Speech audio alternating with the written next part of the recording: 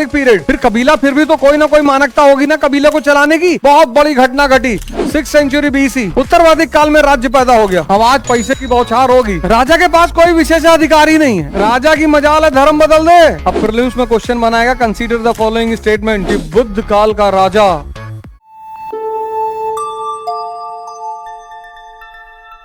ऋग्वैदिक काल में, ऋग्वैदिक पीरियड क्या चलाना है? कबीला चलाना है, जन, पुरु कबीला। अर्थव्यवस्था कैसी है? भरण पोषण, सबसिस्टेंस इकोनॉमी, टैक्सेशन है ही नहीं, तो ना राज्य है ना राजकीय व्यवस्था है। फिर कबीला, फिर भी तो कोई ना कोई मानकता होगी ना कबीले को चलाने की। तो यहां पे क्या है? ट्राइबल असेंबलीज, सभा समिति विद्वद्गण। ऋग्वैदिक काल कबीला है, कुरु कबीला, तुर्वसु कबीला, पुरु कबीला, कबीले हैं। भरण पोषण अर्थव्यवस्था है, टैक्सेशन है ही नहीं, बिना टैक्सेशन के राज्य हो ही नहीं सकता। जब राज्य है ही नहीं तो राजकीय व्यवस्था लेकर क्या करोगे? लेकिन ट्राइबल असेंबलीज। फिर उत्तर वैदिक काल, लेटर वैदिक पीरियड, राज्य पैदा हो गया। किसकी वजह से राज्य पैदा हुआ? State, birth of state system, जनपद।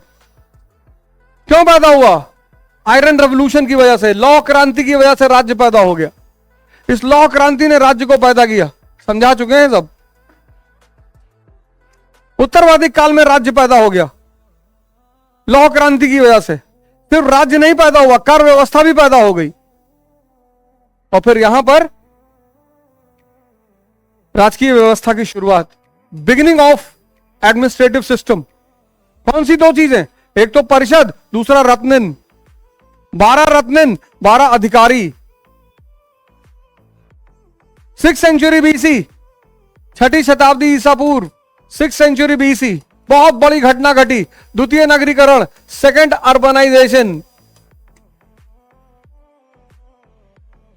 सेकंड अर्बनाइजेशन समझ चुके हैं क्या है? पैसा बहने लगा तो महाजनपद पैदा हो गया। जन, जनपद, महाजनपद। जन का क्या नाम है? पुरु, पुरु कबीला। जनपद कुरुक्षेत्र, महाजनपद मगध। और फिर यहां पर ऑर्गेनाइज्ड एडमिनिस्ट्रेटिव स्ट्रक्चर, ऑर्गेनाइज्ड, राजा निरंकुश हो गया, ब्यूरोक्रेसी हो गई, मंत्री परिषद हो गया। सबसे बड़ा डेवलपमेंट क्या था? जुडिशरी, न्याय व्यवस्था की शुरुआत। ये सब चर्चा कर चुके हैं, आप उस पर जाना ही नहीं, बस ये डायग्राम बना लो कि रिकनेक्ट होता रहे चीजें। और फिर इस द्वितीय नगरीकरण की गोद में मौर्य साम्राज्य पैदा हुआ, मौर्यन एम्पायर। अब दो चीजें चलानी है, एक इकोनॉमी चलानी है, एक एम्पायर चलाना है।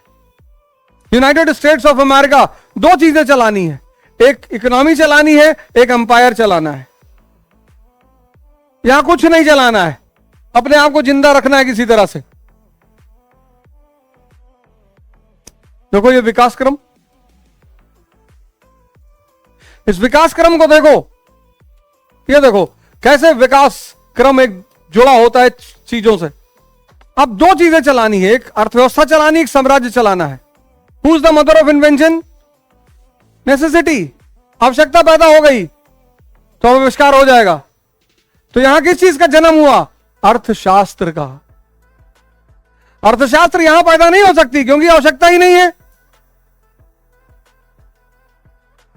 आवश्यकता आविष्कार की जननी है, यहां अर्थशास्त्र नहीं हो सकता, यहां अर्थशास्त्र नहीं हो सकता। लेकिन यहां अर्थशास्त्र, किताब का नाम है इकोनॉमिक्स और संबंधित किससे है? राजनीति से। रचयिता कौन है? कौटिल्य। और अर्थशास्त्र अब किसकी बात करता है? सप्तांग सिद्धांत की।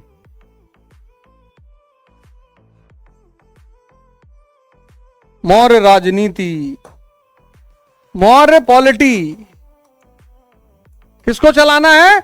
इकोनॉमी और एम्पायर को। किसका जन्म हुआ? अर्थशास्त्र का।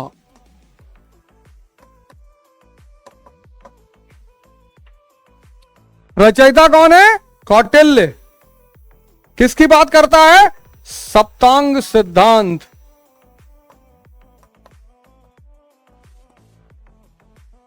Seven limbs of the state. राज्य के 7 पिलर होते हैं।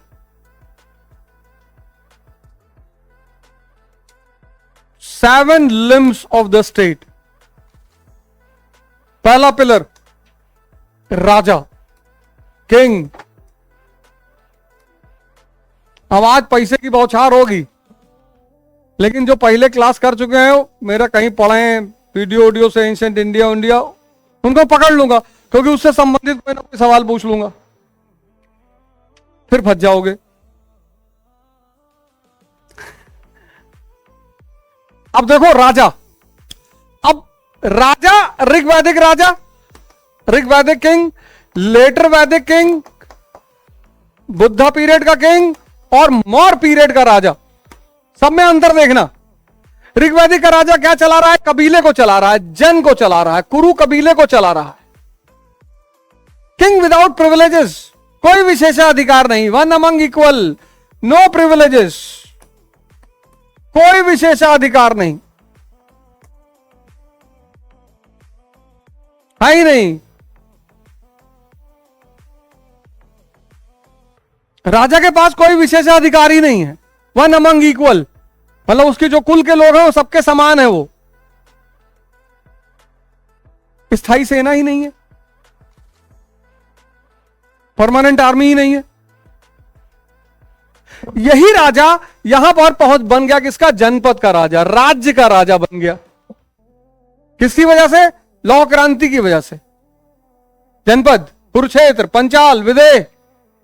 स्थायी सेना अभी भी नहीं है, लेकिन राजा की हैसियत में वृद्धि हो गई। किसकी वजह से? Royal sacrifices, royal sacrifices. देखो धर्म ने राजा की हैसियत बढ़ा दी, राजा का पद भी बढ़ा। अब वो कबीले से किसका राजा बन गया? जनपद का राजा। तो जब पद बढ़ा है तो कद भी तो बढ़ेगा, लेकिन अभी पैसा नहीं है कि स्थायी सेना बना ले। तो कद को किसने बढ़ाया? धर्म ने बढ़ाया।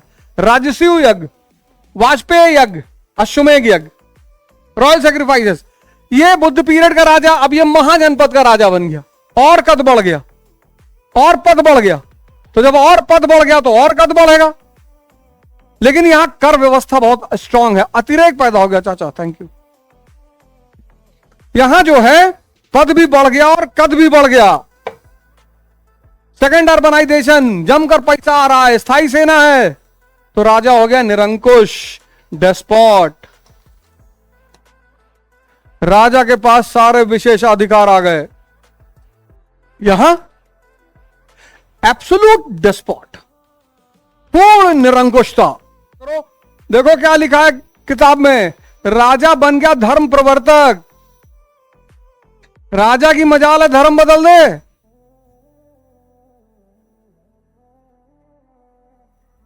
लेकिन उसे डाइवर्सिफाइड भारत को चलाना है।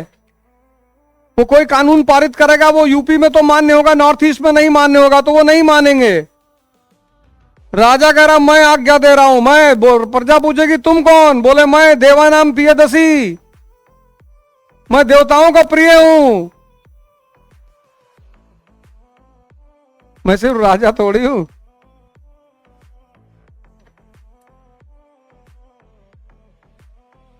राजा बन गया धर्म प्रवर्तक, यानी धर्म, समाज, परंपरा, किसी भी व्यवस्था को परिवर्तन कर सकता है। किसमें? राष्ट्रहित में। और किस हैसियत से करेगा? प्रभु के प्रतिनिधि की हैसियत से करेगा। तभी अशोक ने उपाधि कौन सी ली? देवानाम।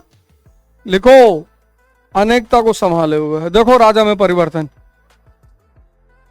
अब पता क्या करेगा प्रीलिम्स में? अब प्रीलिम्स में क्वेश्चन बनाएगा, कंसीडर द फॉलोइंग स्टेटमेंट्स। पहला स्टेटमेंट देगा कि ऋग्वैदिक राजा के पास भी विशेषाधिकार था, और दूसरा स्टेटमेंट दे देगा कि बुद्ध काल का राजा वास्तविक राजा था। मेंस का क्वेश्चन तो बनाएगा ही बनाएगा, प्रीलिम्स का क्वेश्चन बना देगा। यहां से 4-4, 5-5 क्वेश्चन बनेंगे यहां से प्रीलिम्स के। तो पहला पिलर कौन है? किंग।